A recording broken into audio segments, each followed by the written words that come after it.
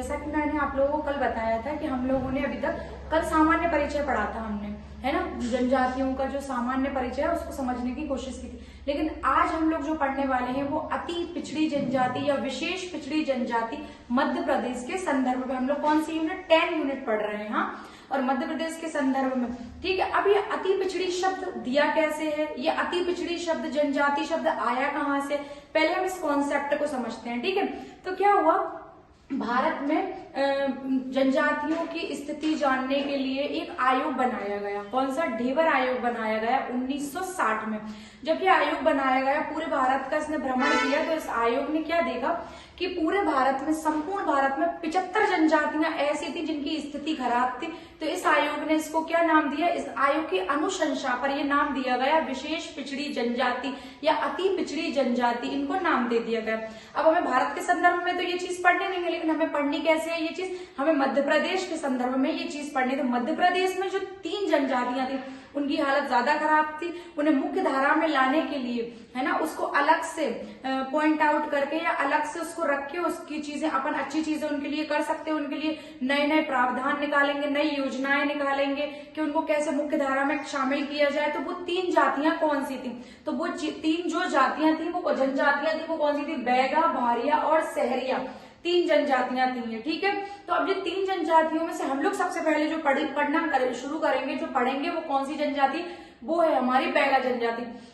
ये सब तो ठीक है, लेकिन इन 3 जनजातियों को याद करने के लिए हम लोग को एक ट्रिक याद रखनी है। जैसे बहुत सारी जब आप लोग जनजातियां पढ़ लोगे तो आप कंफ्यूज होने लगोगे, गोंड, कोरकू, भारिया, बहुत है जनजातियां। तो अपनी जो 3 जनजातियों के साथ वो क्या करने लगेगी, मिक्स होने लगेगी। तो इसकी एक ट्रिक है याद रखने के लिए। क्या ट्रिक है? अति पिछड़ी जनजाति में हम पिछड़ गए थे तो हमने क्या किया, हमने शहर जाने की प्लानिंग की। जब हम शहर गए तो हमने अपने बैग को भर लिया, बैग को भर के लेकर गए, क्योंकि हम सबसे पिछड़ रहे थे। तो हमें कहाँ जाना था, हमें शहर जाना था। शहरिया हो गई, शहर से बैग भर लिया तो बैगा हो गई, और कहा भर लिया से भारिया हो गई, ठीक है। तो तीनों जनजातियां हम इस तरीके से इसको याद रख सकते। तो कौन सा आयोग था, वो ढेबर आयोग था, जिसकी अनुशंसा पर इन 3 जनजातियों को क्या नाम दिया गया, अति पिछड़ी या विशेष जनजाति कहा गया। अब हम जो शुरू करने वाले हैं वो हम शुरू करने वाले हैं बैगा जनजाति। तो हम बैगा जनजाति जब शुरू करेंगे तो बैगा जनजाति में हमें पढ़ना क्या क्या है। देखो, बैगा जनजाति जो हम शुरू करने वाले हैं, तो बैगा जनजाति की सबसे पहले अपन देखेंगे उसकी उत्पत्ति कैसे हुई। तो हम इसकी उत्पत्ति देख लेंगे, फिर हम देख लेंगे इनकी जनसंख्या कितनी है ना, जनसंख्या कितनी है इनकी, किस हिसाब से इनको बांटा गया है, कितने % क्षेत्र पे है। फिर हम इनकी सामाजिक स्थिति देखेंगे, सामाजिक स्थिति देखेंगे। फिर हम इनकी आर्थिक स्थिति देखेंगे, है ना।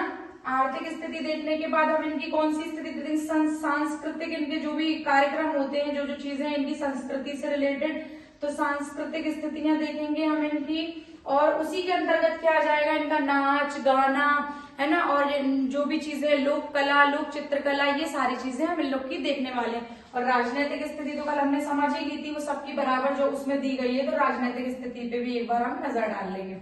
तो अब हमें क्या क्या पढ़ना है इसमें, बैगा में इनकी उत्पत्ति देखेंगे, फिर हम इनकी वो क्या सामाजिक, आर्थिक और सांस्कृतिक स्थितियों पे भी नजर डाल लेंगे। तो सबसे पहले हमारे दिमाग में ये आना चाहिए कि बैगा जनजाति की उत्पत्ति कैसी हुई। इनकी उत्पत्ति को लेकर कई किंवदंतियां हैं, तो इन किंवदंतियों को अपन थोड़ा सा समझने की कोशिश करते हैं। तो सबसे पहले जो इतिहासकार थे 2, कौन से, रसेल और हीरालाल।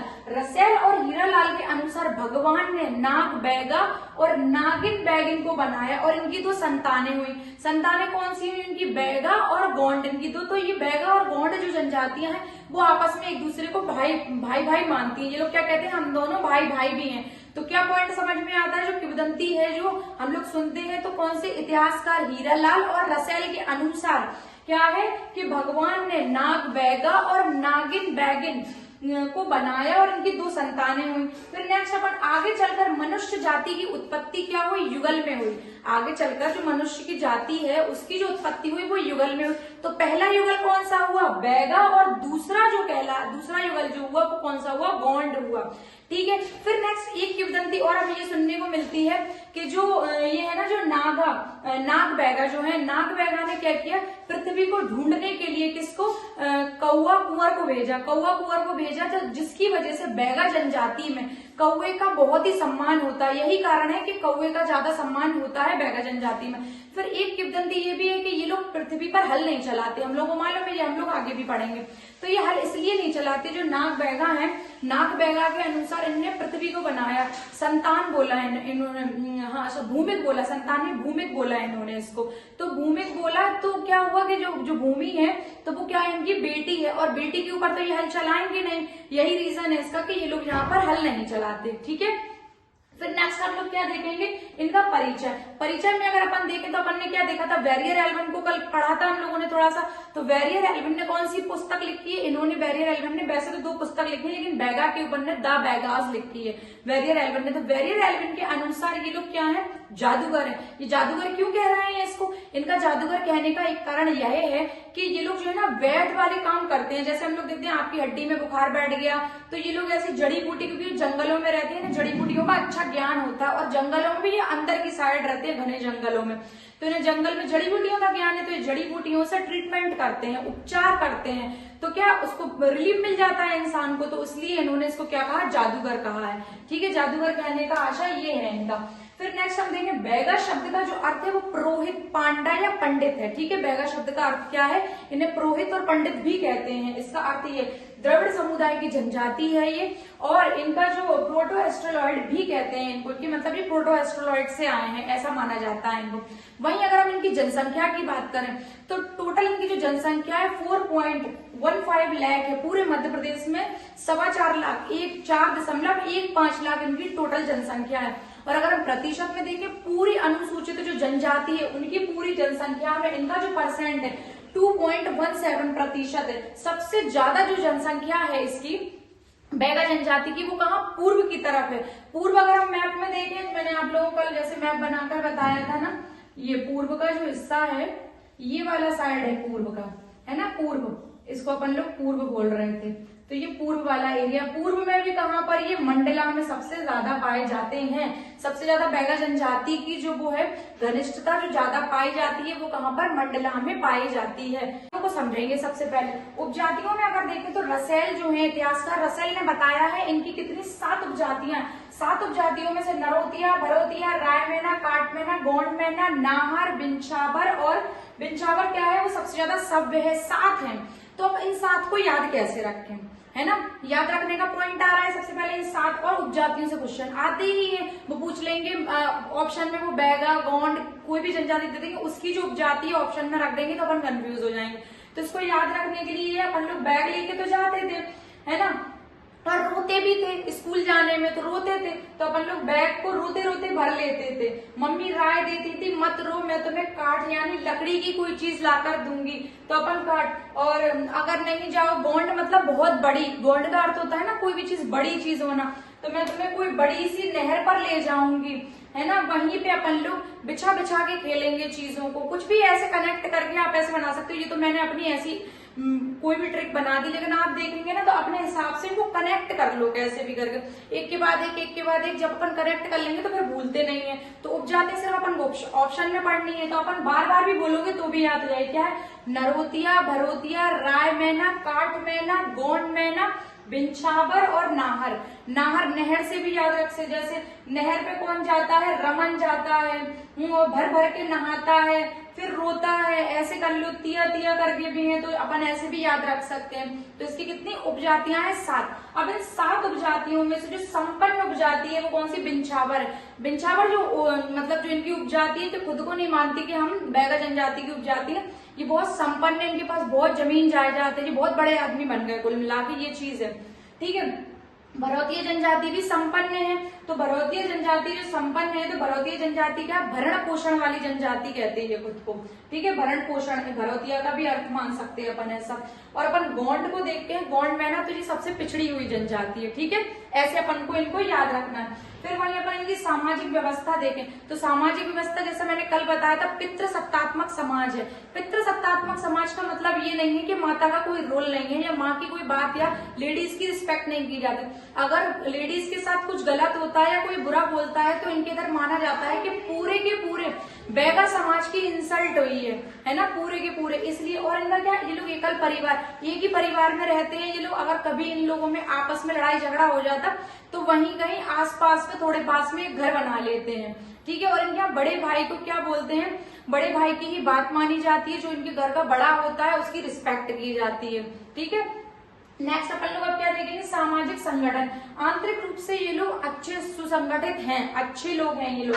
पंचों की बैठक को मांदी कहते हैं। इनका पंचों की 5 पंचों की बैठक होती है, 5 लोगों से मिलकर पंच बनता है इनका। अब वो 5 पंच कौन कौन है, अगर अपन पंचायती व्यवस्था देखें तो पंच इनके यहाँ मुकद्दम, जो मुकद्दम होता है पंच, और दीवान, समर्थ, कोटवार और दवार, इन 5 लोगों से मिलके क्या पंच बनता है। अब अपन सबसे मुख्य कौन सा होता है, मेन जो होता है मुकद्दम होता है, ये मुखिया होता है, मुखिया को ही मुकद्दम कहते हैं। ये मुखिया बनता कैसे है, ये वंशानुगत होता है ना। जब मुखिया नहीं होगा तो उनका देख रेख का पूरा काम कौन करेगा, दीवान करेगा। दीवान लिखा पढ़ी का भी काम करता है सारा। और समर्थ का काम क्या है, समर्थ का काम है शादी ब्याह की स्थिति है तो घर पूरे उसमें जो इनका जो समाज है उसमें राशन पानी की व्यवस्था करना, वो समर्थ है ना, खुद में समर्थ है वो, तो कुछ इन चीजों की व्यवस्था करेगा। कोटावर का काम क्या है, लिखा पढ़ी का काम करना, ठीक है। और दवार का अर्थ, दवार का है ये पूजा पाठ वाला काम करते हैं, है ना। दीवार, जैसे अपन लोग दीवार के ऊपर पूजा पाठ की कोई चीज लिख देते हैं, ऐसे याद रखो। अब इनको याद रखने के लिए भी मैं बता दूं आपको, मुकद्दम तो सबसे मेन ही हो गया, मुखिया हो गया, इससे अपन याद रख सकते हैं। दीवान, मुकद्दम के साथ साथ में हमेशा एक दीवान चलता ही है। समर्थ, समर्थ क्या करता है, कोट पहनता है और वो अपना कोट कहाँ, दीवार पर टांग देता है। कुछ ऐसे आप ट्रिक बना लो तो आप अपन भूलेंगे नहीं। क्या था सबसे पहले, मुकद्दम है, मुकद्दम के बाद क्या आता है, दीवान आता है, दीवान के बाद आता है समर्थ, कोटावर। समर्थ क्या करता है, कोट पहनता है और अपना कोट कहाँ, दीवार पे, यानी दवार। ये है इनके 5 के 5 पंच, ठीक है। तो ये सारी चीजें आपको समझ में आई होंगी। अब अपन वही अगर इनकी देखें विवाह पद्धति, तो इनके इधर ना 5 तरीके से विवाह होता है। लमसेना विवाह, उठवा विवाह, चोर विवाह, मंगनी विवाह, उधारिया विवाह और पैटुल विवाह।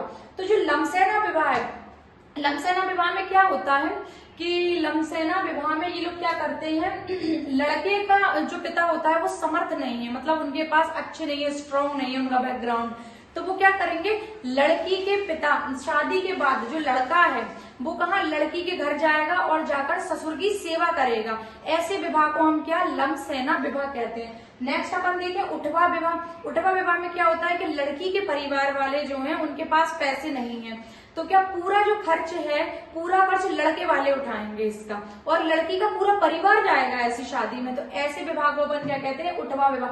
चोर विवाह क्या होता है, लड़का लड़की ने भागकर शादी कर ली, ऐसे विवाह को चोर विवाह कहते हैं। मंगनी विवाह क्या होता है, मंगनी या चढ़ विवाह। इस विवाह में क्या होता है, जो लड़के के पापा हैं, ठीक है, लड़के के पापा गए लड़की के घर पे और वो अंदर जाके नहीं बैठेंगे, वो आंगन में बैठेंगे। लड़की के पापा आंगन में जाकर बैठ जाएंगे और वो क्या, लड़की से पूछेंगे क्या तुम तैयार हो शादी के लिए। अगर लड़की हाँ कर देती है तो इनके यहाँ दादर गीत गाया जाएगा, दादर, और नृत्य होगा इनके कर्मा और परधोनी, फिर इनके इधर नृत्य होगा। ऐसे विवाह को अपन मंगनी विवाह या क्षण विवाह कहेंगे। उधारिया विवाह, उधारिया विवाह ऐसा होता है लड़के की मम्मी और पापा, लड़का लड़की की दोनों ही फैमिली एग्री नहीं है शादी के लिए, तो क्या करेंगे, रिश्तेदार जो होंगे, करीब के जो रिश्तेदार होंगे वो इन दोनों की शादी करा देंगे, और ऐसी शादी को क्या बोलेंगे, उधारिया विवाह बोलेंगे। पैटुल विवाह क्या होता है, पैटुल विवाह होता है लड़की भागकर लड़के के घर चली जाए, घर के अंदर घुस जाए, तो इस बार जब इसके बाद जो विवाह होगा वो विवाह कौन सा कहलाएगा, वो कहलाएगा पैटुल विवाह। तो ये इनके विवाह की पद्धतियां थी। अपन ने इसमें क्या क्या पढ़ा, हमने इसमें ये समझने की कोशिश की कि इनकी उपजातियां कौन कौन सी हैं, राय मैना, काट मैना, नरहोतिया, भरहोतिया, है ना, गौंड मैना, ये सारी अपन ने इनकी बिंचावर सबसे सभ्य जनजाति है, उपजाति है, अपन ने पढ़ा। फिर उसके बाद अपन ने इनका समाज देखा, पितृसत्तात्मक समाज है, एकल परिवार में रहते हैं। फिर हमने देखा सामाजिक संगठन, सुसंगठित हैं ये लोग, है ना। और फिर पंचों की बैठक को मांदी कहते हैं, और जो पंच हैं वो कौन कौन है, मुकद्दम, दीवान, समर्थ, कोटावर और दवार। और अपन ने ये सारी विवाह की पद्धति समझी। वहीं अगर अपन देखें तो जो पूर्व से यहाँ दक्षिण तक फैली हुई जो एक श्रृंख ऐसे दिखता है जो अपन को, वो क्या, यहाँ पर पूरी बैगा जनजाति फैली हुई है, बैगा जनजाति, है ना। अगर इनकी वो पूछी जाए कि ये कहाँ पर स्थित है ये जनजाति, तो ये बताया जाएगा ये दक्षिण पूर्व की ओर विस्तृत है, फैली हुई है। वहां सबसे ज्यादा किस जिले में पाई जाती है, तो ये मंडला में पाई जाती है। बैगा जनजाति जो सबसे ज्यादा पाई जाती है वो मंडला जिले में पाई जाती है। ठीक है।